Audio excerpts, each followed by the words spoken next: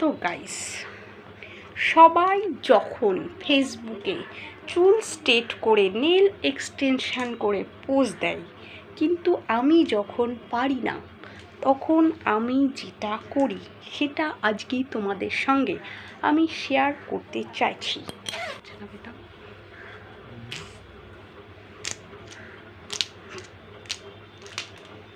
কেমন হয়েছে বলো?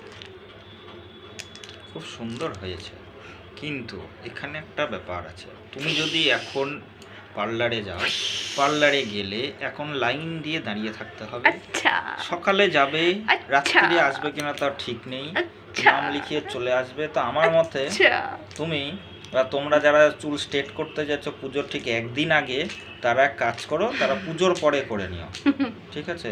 তখন তাহলে রেটটা একটু চিপ হয়ে যাবে, ঠিক আছে? আর জিনিসটা তোমরা